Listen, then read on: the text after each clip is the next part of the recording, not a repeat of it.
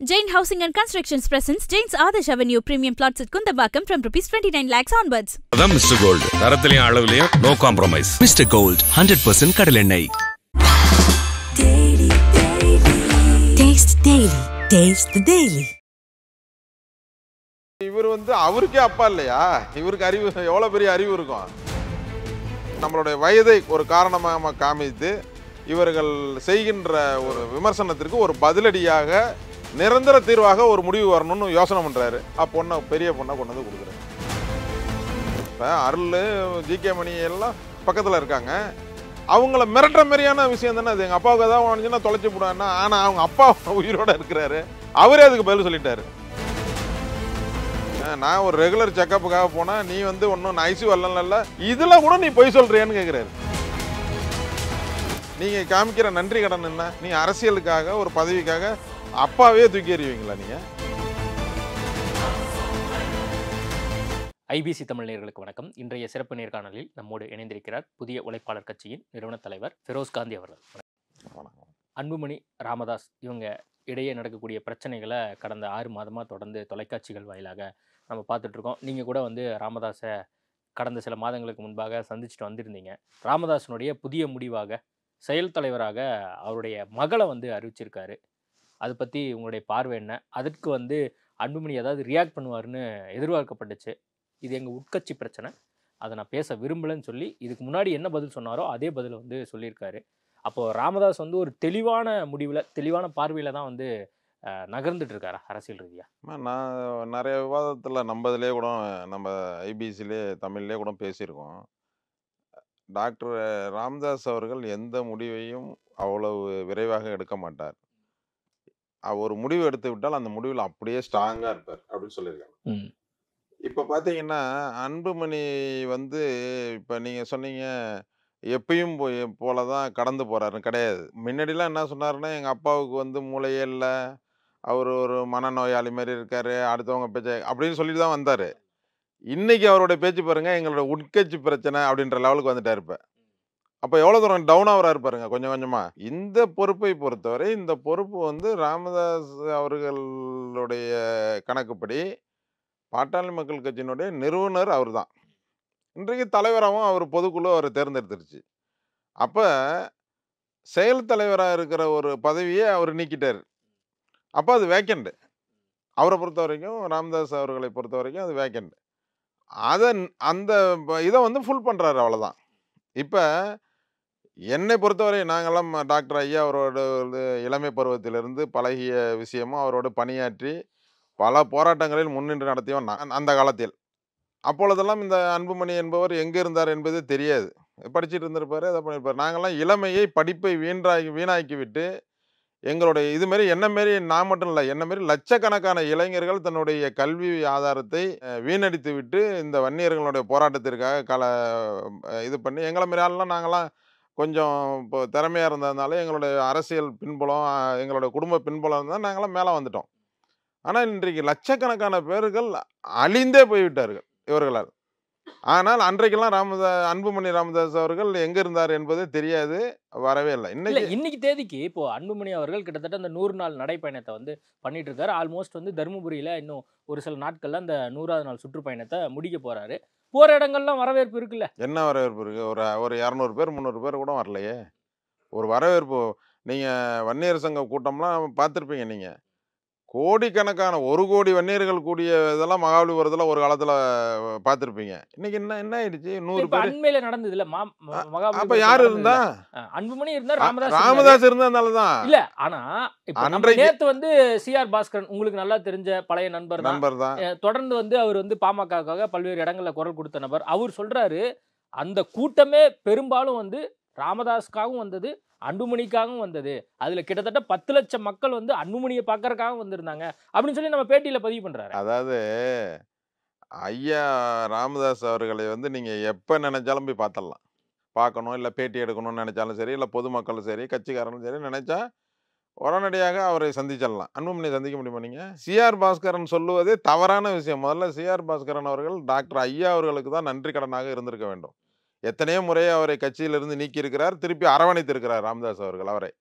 எனக்கு தெரிஞ்சு நாங்கள்லாம் சிறு வயதில் இருக்கும் பொழுது பாமகவில் இருக்கும் பொழுதும் சரி, வெளியிலிருந்து பார்வையிலும் சரி, எத்தனையோ முறை நீக்கி, எத்தனையோ முறை சட்டமன்ற உறுப்பினரான தேர்தலில் அவருக்கு வாய்ப்பெல்லாம் கொடுத்து, அவர் வெற்றி வாய்ப்பு இழந்தார். அது வேற விஷயம்.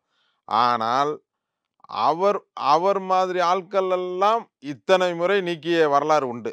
அப்பனா சாதாரண தொண்டர்களுடைய நிலைமையெல்லாம் எப்படி ஆயிருக்குன்னு பாருங்க. இன்னும் கேட்டா, இன்றைக்கு ஒரு மாவட்ட செயலாளரை நீங்க தமிழ்நாட்டுல இவர் தான் பாட்டாளி மக்கள் மாவட்ட செயலாளர்னு ஒரு 2 பேர் சொல்லுங்க, சொல்ல முடியாது. அவ்வளோ லைவ்ல அவங்க மறைமுகமா வச்சுக்குவாங்க. அந்த அந்த அவங்க அந்த மாவட்ட செயலாளருடைய முகம் அந்த வன்னியர் மக்களிடம் போய் சேர்ந்துடக்கூடாதுன்றதுல ரொம்ப தெளிவா கட்சியை நடத்திட்டு வந்தார் அன்புமணி.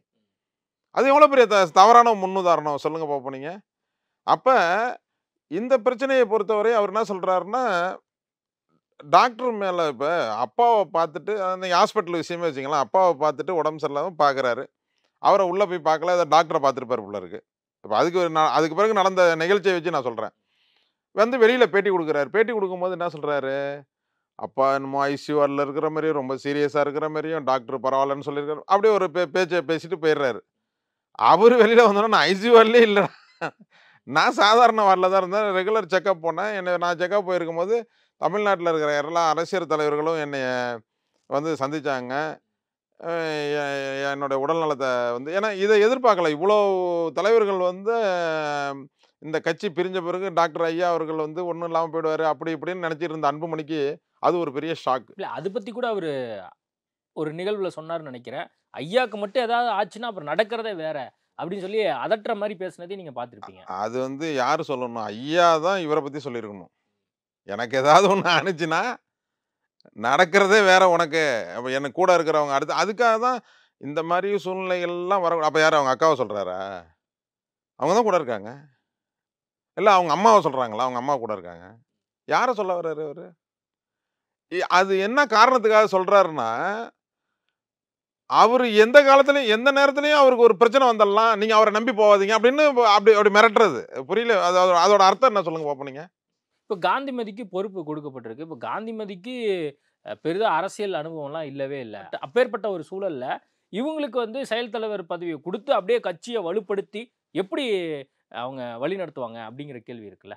ஒரு இயக்கத்திலையும் அவர்கள் அந்த இடத்துல வந்து உக்காந்த பிறகு அவர்களுடைய ஆளுமையை பொறுத்து தான் அந்த அந்த ஒரு பதவிக்கு உள்ள மரியாதை. சில நபர்களால் அந்த பதவிக்கே மரியாதை வரும், சில பேருக்கு இந்த பதவியால் அவர்களுக்கு மரியாதை வரும். இப்போ டாக்டரை பொறுத்தவரை என்ன சொல்றீங்கன்னா, டாக்டர் மேலே வைக்கக்கூடிய ஒரு பெரிய விமர்சனமாக எதை வைக்கிறாரு அன்புமணி? அவருடைய வயதை தான், வேற எதுவுமே இல்லைல்ல. இப்போ டாக்டரை வந்து எதுக்கணும் அப்படின்னா, என்ன எதுக்குற அளவுக்கு எங்கள் அப்பாவுக்கு வயசு என்ன இருக்கு, சும்மா அவரை நம்பி போறீங்களே அப்படின்னு தானே எல்லாம். அதை சொல்லாமல் எல்லாத்தையும் சொல்லிட்டு இருக்காரு. அவருடைய சொல்ற எல்லா அர்த்தத்தையும் நீங்கள் எடுத்து பார்த்தீங்கன்னா டேட்டாவை ஒரு 90% பார்த்தீங்கன்னா, எவ்வளோ நாளையா எங்கள் அப்பா ரொம்ப ஆக்டிவாக இருக்க போறாரு, அதுக்கு பிறகு நீங்களாம் அவர் நம்பி போறவங்களோட நிலைமையெல்லாம் என்ன அப்படின்றத தானே சொல்லிட்டு வர்றாரு. இவர் வந்து அவருக்கே அப்பா இல்லையா? இவருக்கு அறிவு எவ்வளோ பெரிய அறிவு இருக்கும். அப்போ என்ன நினைக்கிறாருன்னா, சரி ரைட்டு, நம்மளுடைய வயதை ஒரு காரணமாக காமித்து இவர்கள் செய்கின்ற ஒரு விமர்சனத்திற்கு ஒரு பதிலடியாக நிரந்தர தீர்வாக ஒரு முடிவு வரணும்னு யோசனை பண்றாரு. பெரிய பொண்ணை கொண்டு வந்து கொடுக்குறாரு. ஒண்ணுமே தெரியாத உங்களை கொண்டுட்டு வந்து எந்த அரசியல் அனுபவம் எம்எல்ஏ எம்பி ஒரு வார்டு கவுன்சிலர் கூட இல்லாதவரை மத்திய அமைச்சராக கொண்டுட்டு வந்து உட்கார வச்சாரு. எந்த அனுபவத்தில் உட்கார வச்சாரு ராமதாஸ் அவர்கள்? உட்கார வச்சார்ல 35 வயசுல. இன்னைக்கு அவங்களோட வயசு என்ன? இவருக்கு அக்கா கிட்டத்தட்ட 60 வயசுக்கு மேல இருக்கணும். அப்ப எவ்வளவு பெரிய அனுபவம் இருக்கும், கூடயே இருந்து பார்த்தவங்களுக்கு எவ்வளவு அனுபவம் இருக்கும். இல்ல 2 காரணம் வந்து அவரே சொல்றாரு. ஒன்னு வந்து கட்சியை வலுப்படுத்தணும், இன்னொன்னு என்னை பார்த்துக்கணும். அதான் கரெக்ட் தானே. பார்த்துக்க வேண்டிய யாரு? நீங்க இது வரைக்கும் வரலாற்றுல பாத்தீங்கன்னா, வயதானவர்களே ஆம்பளை பிள்ளைங்க தான் வச்சு பராமரிக்கும்.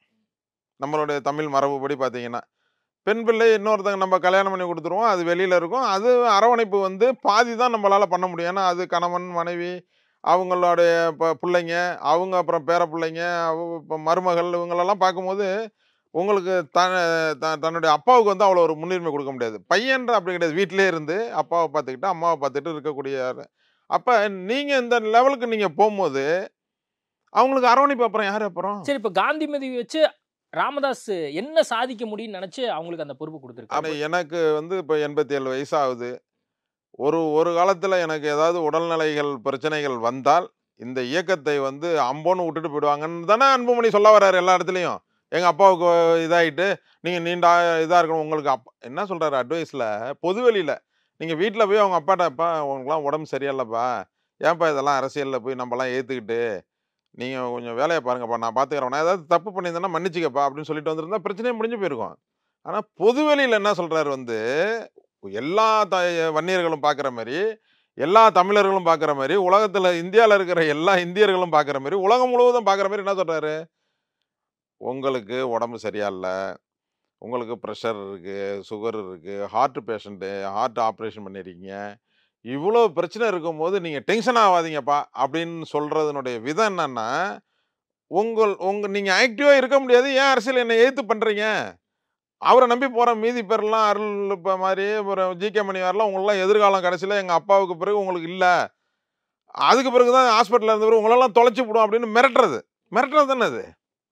இப்போ அருள் ஜிகே மணி எல்லாம் பக்கத்தில் இருக்காங்க, அவங்கள மிரட்டுற மாதிரியான விஷயம் தானே அது. எங்கள் அப்பாவுக்கு ஏதாவது வந்துச்சுன்னா தொலைச்சி போடுவான்னா, ஆனால் அவங்க அப்பா உயிரோடு இருக்கிறாரு, அவரே அதுக்கு பதில் சொல்லிட்டாரு. எனக்கு அப்படி ஒன்றும் இல்லைடா, நான் நல்லா தான் இருக்கிறேன், நல்லா ஆக்டிவாக இருக்கேன், நான் நீச்சல் அடிக்கிறேன், நான் ஒரு ரெகுலர் செக்கப்புக்காக போனால் நீ வந்து ஒன்றும் நான் ஐசி வரல, இதில் கூட நீ பொய் சொல்கிறியான்னு கேட்குறாரு. என்ன சொல்கிறாருன்னா, இவர் அன்புமணி ஒரு டாக்டருக்கு படித்தவர், அதை படிக்க வச்சதே யார், இதே மருத்துவர், உன்னை ஆளாக்குனது யார், மருத்துவர் ஐயா. ஆனால் நீங்கள் காமிக்கிற நன்றி கடன் என்ன, நீங்கள் அரசியலுக்காக ஒரு பதவிக்காக அப்பாவே தூக்கி எறிவீங்களா நீங்கள்? அதில் ஏன் உங்கள் அக்காவை போட்ட உடனே, அக்காவும் மட்டும் இல்லை சம்பந்தியும் கூட இவருக்கு, அன்புமணிக்கு சம்பந்தியும் கூட அவங்க. இப்போ அவங்கள அறிவித்த அடுத்த நிமிஷமேங்க கடுமையான விமர்சனங்க, கொச்சையான விமர்சனங்களே சமூக வலைதளங்களில் போடுறாரு, அதை ரசிக்கிறாரு. அவனை கட்சி விட்டு நீக்கணுமா இல்லையா? தன்னுடைய அக்கா உங்களுக்கு ஒரு விதத்தில் சம்பந்தி வேற, உங்களுடைய பொண்ணை தான் அவங்க பையனுக்கு கொடுத்துறீங்க சம்பந்தி. எவ்வளவு கொச்சையா விமர்சனங்கள்லாம் பார்த்தீங்களா? இவ்வளவு கொச்சையா ஒரு விமர்சனத்தை பண்றத ஒரு தம்பிக்காரராக இருந்து நீங்க ரசிக்கிறீங்கன்னா, ஒரு பெண்ணை கேவலப்படுத்துறாங்க, ஒரு அதே மாதிரி மேக்கப் போட்ட ஒரு நடிகையை கொண்டு வந்து அதில் பக்கத்தில் போட்டு கட் பண்ணி இவங்க படத்தையும் போட்டு பார்த்தீங்களா சமூக வலைதளங்கள்ல? இதெல்லாம் என்னங்க இது, என்னங்க அரசியல்? அது ரசிக்கிறான்னு நம்ம எப்படி சொல்ல முடியும்? அப்ப நீங்க இருக்கணும், நீங்க ரசிக்கலன்னா என்ன பண்ணணும்? அதெல்லாம் வந்து அவர் கவனத்துக்கு போச்சா அப்படிங்கிற ஒரு கேள்வி. என்ன சார், நீங்க பொதுவெளியில இருக்கிற சாதாரண மனிதர்கள் எல்லாரும் பாக்குறாங்க. இவரு பொதுக்குழுவுல வந்து நேரடியா இவரு ஜிகே மணி பேசுறாரு. நான் என்னை எவ்வளோ விமர்சனம் பண்ணுறீங்க, அருளை எவ்வளோ விமர்சனம் பண்ணுறீங்க, இங்கே இருக்கிற பொறுப்பாளர்லாம் எவ்வளோ விமர்சனம் பண்ணுறீங்க, எங்களெல்லாம் முடியா நாங்கள் தாங்கிறேயா. இந்த இயக்கத்தை சின்ன வயதிலிருந்து, ஏன்னா அவர் ஒரு டாக்டர் படிச்சுட்டு இந்த சமுதாயத்துக்காக வந்தார், அவர் மேலே 1000 விமர்சனங்கள் எனக்கே உண்டு. டாக்டர் ஐயா மேலே உங்களுக்கு தெரிஞ்சிருக்கும், 1000 விமர்சனங்கள் உண்டு. ஆனால் ஏன் நான் அவரை போய் பார்க்குறேன்? இந்த வயதில் இப்படி ஒரு நிலைமையை தன்னுடைய மகனால் ஏற்பட்டிருக்கிறதுல, அப்பெல்லாம் நாங்கள் உங்களுக்கு வந்து கொள்கை ரீதியாக எதிராக இருந்தாலும் கூட, உங்களுக்கு ஒரு பிரச்சனை, ஆபத்து, உங்களுடைய உடல்நலை பிரச்சனை இப்படின்னு வரும் பொழுது நாங்களெல்லாம் துணை நிற்போம் அப்படின்னு சொல்லிட்டு நானும் ராமசாமி படையாச்சார் அவருடைய மகனும் அங்கே போகிறோம், போய் நேராக பார்க்குறோம். அவர் அந்த தொகுதியினுடைய எம்பியாக இருந்தவரும் கூட, திண்டிவனம் தொகுதியில் அப்போ எம்பியாக இருந்தவரும் கூட, நானும் அவரும் போய் பார்க்குறோம். அப்போ எங்களுக்கு இருக்கிற உணர்வு கூட ஏன் உங்களுக்கு இல்லைன்னு கேட்குறேன்னா, நான் அவ்வளோ விமர்சனம் பண்ணல, எங்களை வந்து நான் பார்க்க முடியாதுயா, ஏன் அவங்களெல்லாம் நான் பார்க்கணும், என் மேலேயே அவர் வழக்கு பதிவு செஞ்சவர், என் மீதே ஊழல் புகார் சொன்னவர், நான்லாம் சந்திக்க முடியாதுன்னு சொல்லலையே. அப்போ அவருக்கு இருக்கிற அரசியல் அனுபவம், அவருக்கு இருக்கிற அந்த அரசியல் நுணுக்கம் ஏன் உங்களுக்கு இல்லை? ஏன்னா நீங்கள் அரசியல் பயிலாமே நேரடியாக மந்திரி ஆகிட்டீங்க, அதான் மேட்ரு, வேற ஒன்றும் கிடையாது. கொங்கு ஈஸ்வரன் அவர்கள் போய் சந்திச்சுட்டு வந்திருக்காரு. அவர் என்ன சொல்றாரு, இவங்க 2 பேரும் ஒன்று சேரணும், எல்லாரும் ஒற்றுமையாக இருக்கணும், அப்படிதான் வந்து அங்கே இருக்கக்கூடிய தொண்டர்கள் எதிர்பார்க்குறாங்க, மக்கள் எதிர்பார்க்குறாங்க, நம்மளுடைய தனிப்பட்ட ஒரு விஷயமாவும் அதுதான் இருக்குது அப்படின்னு சொல்லி அவருமே வந்து சொல்கிறார். அவர் வந்து திமுக கூட்டணியில் இருக்கிறத நம்ம பார்த்துட்ருக்கோம். ஆல்ரெடி நீங்களும் வந்து திமுகவுக்காக தொடர்ந்து வந்து பிரச்சாரங்கள்லாம் பண்ணிட்டு இருக்கக்கூடிய நபர், தொடர்ந்து திமுகவினர் ராமதாஸுக்கு கொக்கி போடுற மாதிரியே இருக்கே. ஏன் ராமதாஸ் ஐயா அவர்களுக்கு கொக்கி போடுறது இருக்கட்டும், அவரே திமுக சைடில் தானே இருக்கிறாரு.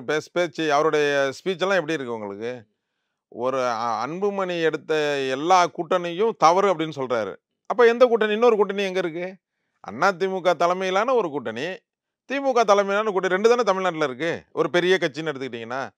அப்ப அதிமுக சாயல்ல இருக்கிறது எனக்கு பிடிக்கலன்னு சொன்னா, அவர் எந்த சாயல்ல இருக்காருன்னு அர்த்தம்?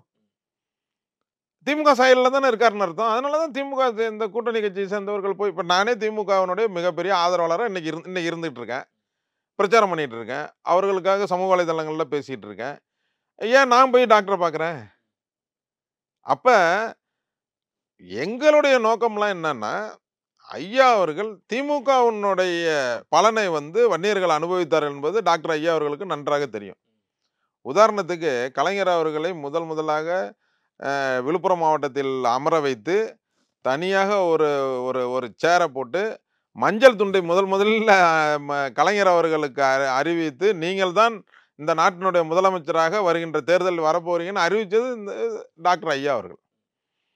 அதற்கு பிறகு இந்த வன்னியர்களுக்கு என்னென்ன விஷயத்தில் துரோகம் செய்தார்கள் என்று அதிமுகவை பட்டியலிட்டால் அதிமுக என்ற இயக்கத்துக்கு பின்னாடியே அன்புமணி போக முடியாது. ஒரு உதாரணத்தை சொல்றேன் பாருங்க. வன்னியர்களுடைய போராட்டம் 87ல போராட்டம் நடந்துச்சு. அப்பெல்லாம் அன்புமணிக்கு தெரியாது, வரலாறு தெரியாது. இந்த வரலாறு வேணா இந்த ஐபிசி மூலியமா பேசுறத பார்த்து வேணா தெரிஞ்சுக்கிட்டோம். உங்கள்ட்ட இது பேர் சிஆர் பாஸ்கரன் பேட்டி கொடுக்குறாருல, அவரு கூட தெரிஞ்சுக்கணும். ஏன்னா அவர் சில சமயத்தில் இந்த டாக்டருக்கு எதிர்ப்பாக சில விஷயத்தில் பேசுறாரு. நான் வன்மையா அதை கண்டிக்கிறேன். என்னன்னா 87 சாலை மறியல்ல போலீஸ் நினைச்சா அந்த கலவரத்தை யாரையும் கொன்னல்ல, எந்த விதமான ஒரு உயிரிழப்பையும் வன்னியர்கள் ஏற்படுத்தல. பொருள் இழப்புகள் நிறைய நடந்திருக்கலாம், பஸ்ஸை உடைச்சிருக்கலாம், பஸ் மறியல் பண்ணிருக்கலாம். அதுக்காக சுடுவீங்களா? இது அதிமுக அரசாங்கம் அன்றைக்கு 21 வன்னியர்களை சுட்டே கொண்டாங்க. அந்த வன்னியர்களுடைய கல்லறை சுடப்பட்ட இடத்துல ஒரு கல்லறைகளை கட்டியிருக்கீங்க. நீங்க ஒரு தூவி சின்ன ஒரு இது கட்டியிருக்கீங்க. ஆனால் திமுக அரசாங்கம் அவர்களுக்கு மரியாதை செலுத்த வேண்டும், இந்த உயிர் நீத்தவர்களுடைய தியாகத்தை போட்டவொன்னு விழுப்புரத்தில் பல கோடி ரூபாய் செலவுல இன்னைக்கு மணிமண்டபம் கட்டி திறந்திருக்கிறாரு இப்ப இருக்கிற தமிழக முதல்வர் ஸ்டாலின் அவர்கள். அதுக்கு கூட இவர் போகல. அது ஒரு தனி டிபேட்னு வச்சுங்க. ஆனா உங்களுக்கு இவருக்கே எடுத்துங்க, அன்புமணியை தெரிஞ்சுக்க. அவனும் ஒரு சமயம் மறந்துட்டாரான்னு தெரியாது. அதிமுகவோடு கூட்டணி பேச்சுவார்த்தை நடத்தி கையெழுத்து போடுறாங்க. உங்களுக்கு ஒரு ராஜ்யசபாவும் 7 பாராளுமன்ற உறுப்பினர்களும் தரான்னு சொல்லி ஜெயலலிதா அவர்கள் முதலமைச்சராக இருக்கும்போது ராமதாஸ் அவர்களும் ஒப்பந்தம் போட்டு கையெழுத்து போட்டு வாங்கிட்டாங்க. அந்த ஒரு சீட்டு யாருக்கு? ராஜ்யசபா அன்புமணிக்கு வேணுன்றதுக்காக கேட்குறாங்கன்னா, அவருக்கு அப்போ பதவி போகுது, வேணும்னு கேட்குறாங்க. கையெழுத்து போட்டு கொடுத்தாச்சு. தேர்தலை சந்திக்கிறாங்க. தேர்தலை சந்திக்கும் பொழுது ஒரு இடத்துலையும் அதிமுக கூட்டணியிலிருந்து 7 தொகுதியிலையும் தோத்துட்டாங்க பாமக. தோத்த பிறகு ஜெயலலிதா அம்மையார் அவர்களுக்கு பயங்கர கோபம் அவங்க மேலே. என்ன வட மாவட்டத்தில் சீட்டு வாங்கினீங்க, அது 7 தொகுதின்னா எவ்வளோ பாருங்க, 42 எம்எல்ஏ தொகுதி, கிட்டத்தட்ட எம்எல்ஏ தொகுதி எடுத்துட்டீங்கன்னா இவ்வளோ பெரிய இடத்த கொடுக்குறோம், ஒரு இடத்துல கூட நீங்கள் ஜெயிக்க முடியலையே, உங்களை கூட்டணியில் சேர்த்தது மிகப்பெரிய தப்பு, நான் தனியாக நின்றுந்தா கூட ஜெயிச்சிருப்போம் போல இருக்க அப்படின்னு சொல்லிட்டு அந்த அம்மா பயங்கர டென்ஷன் ஆகிட்டாங்க. டென்ஷன் ஆகி என்ன பண்ணுறாங்கன்னா, இந்த ராஜ்யசபா அந்த அம்மா கையெழுத்து போட்டு கொடுத்து ஒரு வாக்குறுதி கொடுத்து ஏமாத்தினது இவங்கள மட்டும்தான். இது வரைக்கும் அவங்க லைஃப்லேயே எனக்கு தெரிஞ்சு அவங்க ஒரு சைன் பண்ணி அதை அதில் அப்படியே ஸ்ட்ராங்காக நிற்கிறாள். உங்களுக்கு தெரியும் அந்த ஜெயலலிதா அம்மையாரை பற்றி எந்த விஷயத்துலையும் ஸ்ட்ராங்காக இருப்பாங்க. ஒருத்தங்களுக்கு வாக்குறுதின்னு கொடுத்துட்டாங்கன்னா அதை செஞ்சுருவாங்க. ஆனால் நீங்கள் என்னென்ன அயோக்கியத்தனத்தை நீங்கள் அங்கே பண்ணியிருந்தீங்கன்னா உங்களை கிட்டக்கே சேர்க்கலாம். அந்த ராஜ்யசபா டேட்டு வந்துருச்சு. டேட்டு வந்தோடனே இதே அன்புமணிக்காக தான் பண்ண சத்திய டாக்டர் சொன்னார்ல, நான் பண்ண சத்தியத்தெல்லாம் உனக்காக மீறினேன்னு. அதில் முக்கியமான சத்தியம் இப்போ நான் சொல்கிற விஷயம். என்னுடைய கால்கள் சட்டமன்றத்தையும் நாடாளுமன்றத்தையும் மெரிக்காதுன்னு சொன்னார். அன்னைக்கு ஜெயலலிதா அவர்கள் சட்டமன்றத்தில் வர சொல்ல அப்பாயின்மெண்ட் வேணுமா, பார்க்கணுமா, எனக்கு சட்டமன்றத்தில் பார்க்க சொல்லுன்ட்டாங்க. நீங்கள் சொன்னால் இது எந்த ஆண்டில்? 14க்கு முன்னாடி நடந்த தேர்தல், 2009 எம்பி தேர்தல். 2009 எம்பி தேர்தலை சொல்கிறேன். அப்போ சீட்டு அப்போ தோத்துடுறாங்க. தோத்த உடனே ராஜ்யசபா வேக்கண்ட் வருது. வேக்கண்ட்டை ஃபுல் பண்ணுறதுக்காக ஒப்பந்தப்படி போய் கேட்குறாரு, நீங்கள் அங்கே வாங்க அப்படின்ட்டாங்க. செக்ரட்டரியில் என்னை பாருங்க அப்படின்ட்டாங்க. போகிறாரு. 3 மணி நேரம் சும்மாவே இது மாதிரி சேரில் உட்கார வச்சுருக்காங்க.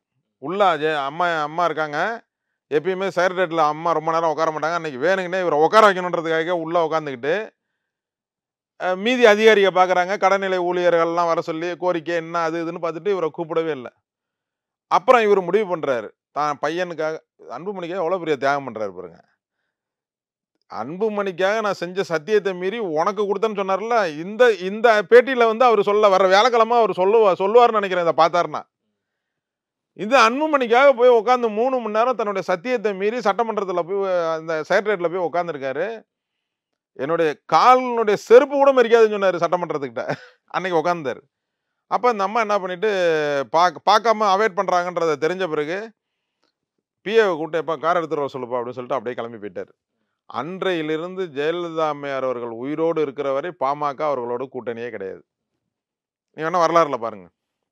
சரி, இப்போ அப்ப அப்படி துரோகம் செஞ்ச அன்புமணிக்கே துரோகம் பண்ண அன்னைக்கு அப்புறம் எம்பியே இல்லாம இருந்தா அப்புறம் வந்தாரு இதுல ஜெயிச்சு 2014 தேர்தலில் நின்று அப்புறம் ஜெயிச்சாருன்னு வச்சுங்க. அந்த வேக்கண்ட் 9லேருந்து 5 வருஷம் சும்மாவே இருந்தார். எம்பி இல்லாம இருந்தார் வேக்கண்டா. இப்ப எம்பி இல்லாத போது அப்ப இருந்தார். அப்ப உங்களுக்கு துரோகம் பண்ணது எந்த கட்சி? வன்னியர்களை சுட்டு கொன்னது எந்த அதிமுக? 10% தேர்தலுக்கு ஒரு அரை மணி நேரத்துக்கு முன்னாடி அறிவிச்சு அதை சட்ட சிக்கலை உருவாக்கி அதை நிப்பாட்டியதற்கு காரணமாக இருந்தது அதிமுக. நீங்க அவரோட போய் கூட்டணி பண்ணு இன்னைக்கு அன்புமணி சொல்றாரு. இது எந்த விதத்துல நியாயம்? இல்ல, அவர் அபிஷியலா சொல்லலே தவிர அதுக்கான பேச்சுவார்த்தை நடக்கிறதா நம்மளுக்கு செய்தி. என்டிஏ கூட்டணியுடைய கூட்டணின்னு சொல்லிட்டாரு சார் அவரு. நான் என்டிஏ கூட்டணின்னு சொல்லிட்டு இருக்காரு. அபிஷியலா அறிவிக்கல. பாண்டா வந்து அபிஷியலா அறிவிக்கல, அவ்வளவுதான். அவர் எங்க போவாருன்னு நினைக்கிறீங்க? நீங்க எங்க போவாருன்னு நினைக்கிறீங்க? இப்ப இந்த பேட்டியை பார்த்த உடனே அதெல்லாம் இல்ல, நான் மாற்றம் முன்னேற்றம் அன்புமணி அது மாதிரி தனியா நீ பண்ண சொல்லுவாருன்னு நினைக்கிறீங்களா? எனக்கு தெரிஞ்சு வருகின்ற தேர்தலில் டாக்டர் ஐயா அவர்கள் ஒன்று திமுக கூட்டணியோடு வருவார். அப்பொழுது திருமாவளவன் அவர்கள் பாமகவோடு எந்த காலத்திலையும் கூட்டணி இல்லை என்று அறிவித்திருக்கிறதுனால் அவர்களுக்குள்ள ஒரு பிரச்சனை வர்றதை நான் அன்புமணியால் தான் இவ்வளோ பிரச்சனைகள் உருவானது, அது என்னுடைய தவறல்ல, நாம் எப்பொழுதும் போல் ஒன்றாக நம் பயணத்தை இந்த தேர்தலில் செய்வோம் என்று டாக்டர் ஐயா அவர்களே விடுதலை சிறுத்தையினுடைய தலைவர் மரியாதைக்குரிய தொல் திருமாவளவன் பேசுவதற்கான வாய்ப்பும் வருகின்ற தேர்தலில் எனக்கு தெரிஞ்சு இருக்கிறது. அப்போ கன்வின்ஸ் பண்ணிடுவாருன்னு நினைக்கிறீங்க? நான் நினைக்கிறேன். அப்படி ஒரு சமயம் அது ஒர்க் அவுட் ஆகலை அப்படின்னு அவர் முடிவு பண்ணார்னா அவர் விஜய்கிட்ட போகவே முடியாது. உங்களுக்கு தெரியும். ஒன்று அவருடைய அரசியல் அனுபவத்திற்கு விஜயோடு போய் கூட்டணி வைத்து, ஏன்னா இவர் தலைமையில் விஜய் கூட்டணி அமைக்க முடியாது, விஜய் தலைமையில் இவர் போய் கூட்டணி அமைக்க. அப்பொழுது அன்புமணி இருக்கிற எந்த சைட்லையும் இவர் போக முடியாது. எப்படி சீட்டு ஒதுக்குவீங்க? இவரும் மாம்பழ சின்னம் எனக்கு சொந்தன்றாரு, அவரும் சொந்தன்றாரு. ஒரு சமயம் சட்ட ரீதியாக சில விஷயத்தை வைத்துக்கொண்டு அன்புமணி மாம்பழம் சின்னத்தையும் கட்சியும் அவர் கைப்பற்றி விட்டார். டாக்டர் அவர்கள் நான் சுயேட்சை சின்னத்திலே தமிழகம் முழுவதும் நிற்கிறேன், 234 தொகுதியிலும் கேண்டிடேட் போடுறேன், என்னுடைய பலம் என்ன என்பதை நீங்களே தெரிந்து கொள்ளுங்கள் அப்படின்னு வன்னியர் மக்கள்கிட்ட போனால் வட மாவட்டத்தில் அன்புமணி எந்த கட்சியில் இருக்கிறாரோ அந்த கட்சி ஒரு சீட்டை கூட ஜெயிக்க முடியாது. ஒரே ஒருத்தர் இன்னைக்கு நான் உங்களுக்கு பதிவு பண்ணுறேன், கிட்டத்தட்ட 120 சட்டமன்றம் வன்னியர்கள் நிர்ணயம் பண்ணக்கூடிய, நான் சொல்றது ஜெயிக்கிறதுல வன்னியர்கள் நினைத்தால்தான் அவர்கள் ஜெயிக்க முடியுன்ற பெரிய ஓட்டு வங்கி 234 தொகுதியில் 120 தொகுதியை வன்னியர்கள் வைத்திருக்கிறாரு, கையில் வச்சிருக்காங்க. இவர் தனியாக கேண்டிடேட்டை 120 இவர் நினைச்சாருன்னா 234 தொகுதி இன்னைக்கே அவர் கையில் இருக்கு. இந்த வயசுலையும் பாருங்க. ஏன்னா வன்னியர் சங்கம் அமைப்பு முழுவதும் அவர் கையில் இருக்கு. வன்னியர் சங்கம் இருக்கா அன்புமணிக்கிட்டா? கிடையாது. அப்போ வன்னியர் சங்கம் தான் ஒரு 70% ஓட்டு வங்கியை வைத்திருக்கிற பாமகவுக்கு ஒரு எப்படி பிஜேபிக்கு ஆர்எஸ்எஸ் ஒரு பெரிய பலமோ அதுமாரி பாட்டாளி மக்கள் கட்சிக்கு வன்னியர் சங்கம் என்பது தான் மிகப்பெரிய பலம், ஆணிவேர். அது டாக்டர்கிட்ட இருக்கு. இளைஞர் அணி மிகப்பெரிய ஒரு லீடராக இளைஞர் அணியில் போட்டுட்டாரு இவரோட பையனை. மிகப்பெரிய பொருளாதாரத்துலேயும் பெரிய ஆள், அதேமாரி அணுகிறதுலையும் மக்கள் போய் அணுகிறதுலையும் ஒரு நல்ல மனிதர். அதற்கு பிறகு ஒன்று ஒன்றா பார்த்துட்டு வாங்க, எல்லா அமைப்புகளும் அவர் கையில் இருக்குது. அப்போ யாருக்கு அந்த ஓட்டு வங்கி போகணும்னு நினைக்கிறீங்க நீங்கள்?